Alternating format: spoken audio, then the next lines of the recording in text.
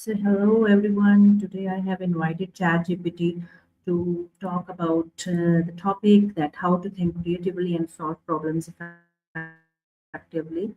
So, ChatGPT is my guest, and I'm going to ask some questions related to this topic. So, are you ready? I'm excited to be here. Creativity and problem solving are right up my alley. Go ahead, ask anything, and let's explore this topic together.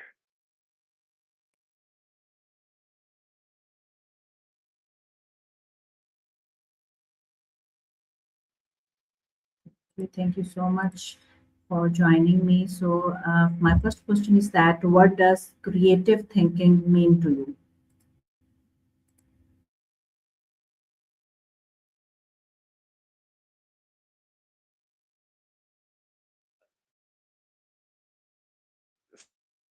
Creative thinking and being willing to try different approaches, even if they seem unconventional. It's a mindset where you're open to possibilities and you're not afraid of asking, what if?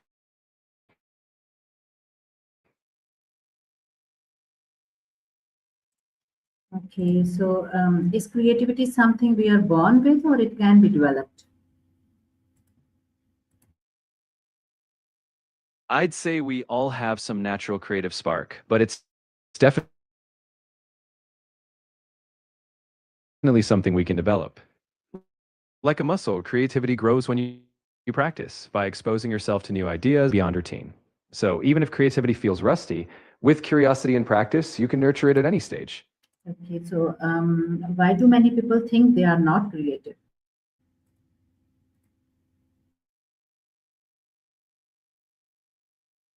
I think a lot of people associate creativity with big artistic achievements or light bulb moments. When they don't see that, they assume they're not creative.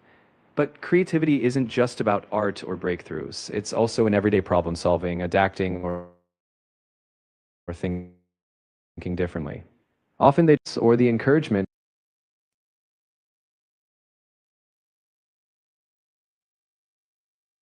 Yes, you are saying right. If the people can get chance, then they can also become creative. So, what are the biggest barriers to creative thinking?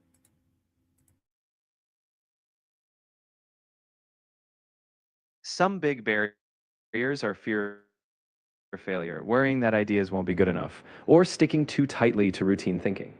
Self doubt and overthinking can also stifle creativity. And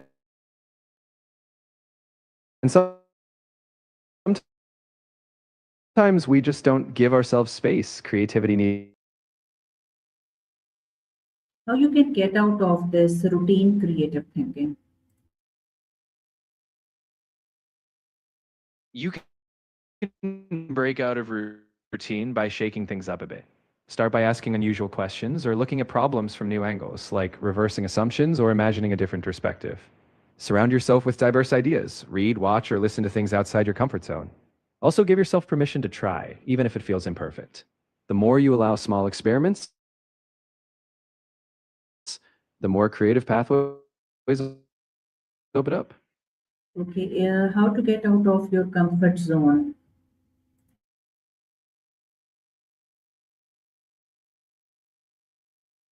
You start small. Do something a little unfamiliar. Maybe try a new hobby, have a different conversation, or take on a task you're unsure of. It's not about big little discomfort. See it as a signal you're learning. Over time, those new experiences become part of your comfort zone, and that's where growth happens. So, to get out of your comfort zone, is it necessary to do traveling?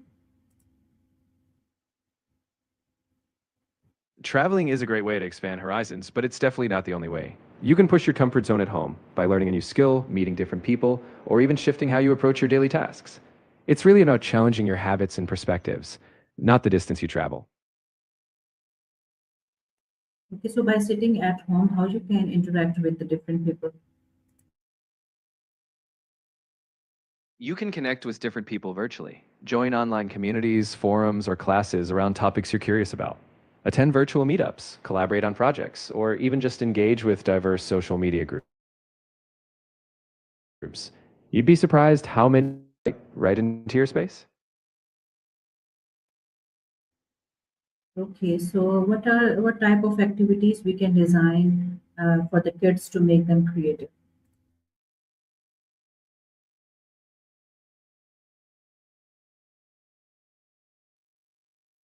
Curiosity and freedom, building with blocks, or creating art from random. You can give them problem solving games or encourage them to invent stories or solutions. The goal is to let them explore possibilities without worrying about a correct outcome. Just let them experiment and have fun.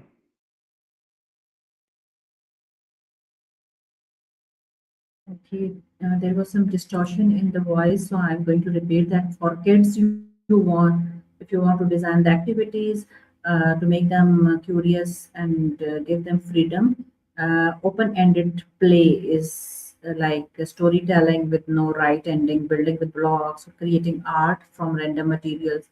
Or you can give them problem-solving games or encourage them to invent stories. The goal is to let them explore possibilities without worrying about a correct outcome. Wow, that's great. ChatGPT has told a lot of can you please tell me what are some techniques to boost creativity? These are for kids, but for the adults, what they can do.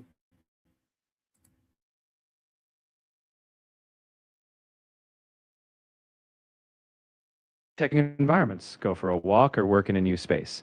Use mind maps or journaling to explore ideas visually. Collaboration is also powerful. Bounce ideas off others. And importantly, embrace downtime. Creativity often sparks when you give your brain a little space to wander.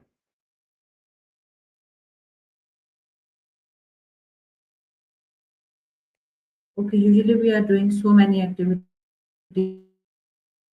So, how to give your mind a little space so that it can think creatively?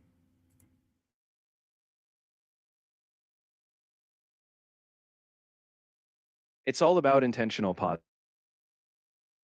Even in busy days, carve out little moments, maybe a short walk without your phone, or a few minutes of daydreaming. You can also build in routines like journaling or quiet reflection. No agenda, just letting thoughts flow. By deliberately stepping away from constant tasks, your mind gets space to wander, and that's when creativity can start.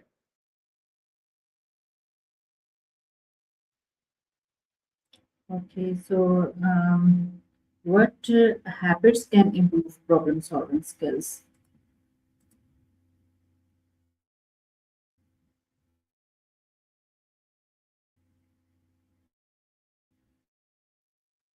Really asking active listening, understanding the problem fully before jumping to solutions. Break problems into smaller parts, it makes them less overwhelming. Also, adopt a mindset of experimentation. Instead of fearing mistakes, see them as learning opportunities. Over time, these habits train your mind to approach problems with clarity and flexibility.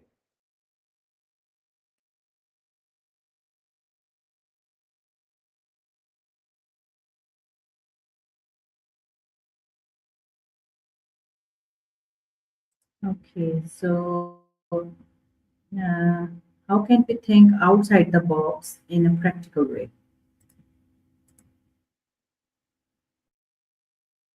Practically thinking outside the box means intentionally changing your perspective.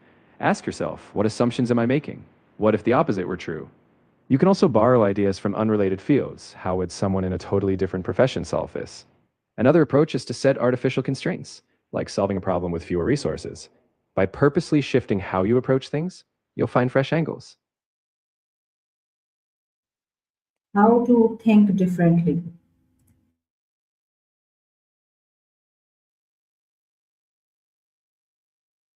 To think differently, challenge your usual patterns.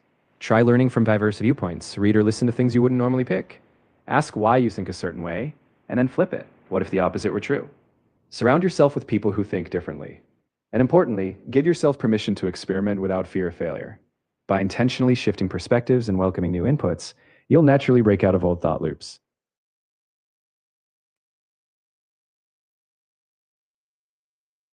Okay, if you do something differently, the people around you,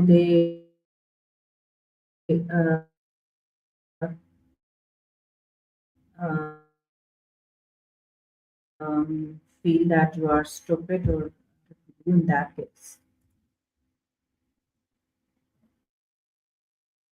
It's natural to feel that pressure. But remember, creativity often stands out. If people don't immediately get it, that's okay. Confidence comes from knowing why you're doing something differently. Explain your reasoning if needed, but also trust the process. Often those who think differently are the ones who open new doors. So stay open-minded yourself, but don't let fear of judgment stop you from exploring fresh ideas. Okay, so that's a very important point that if you are thinking differently, that opens the door for you and stay open-minded yourself and don't let fear of judgment stop you from exploring fresh ideas. Thank you so much, ChatGPT, for joining me and just give the last advice to those who are feeling constrained sometimes to boost their creativity instead of limiting them, how they can be more creative and solution focused.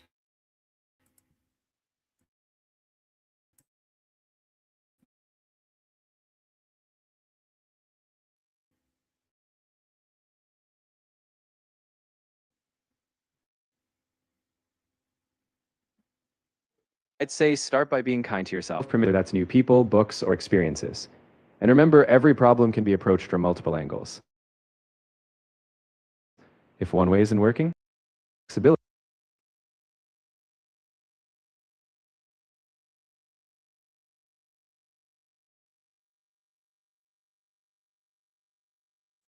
Okay, thank you so much for joining me. So today we end up with this that give yourself permission to try even small steps and try to surround yourself with the inspiration, whether that's new people, book, or experiences.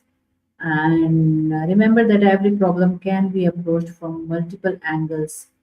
If one way isn't working, then pause and ask what's another way.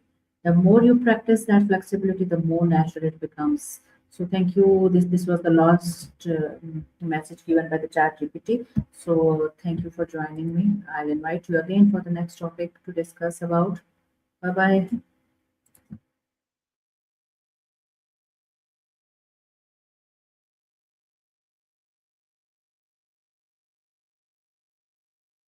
Thank you so much for having me. It was a great chat.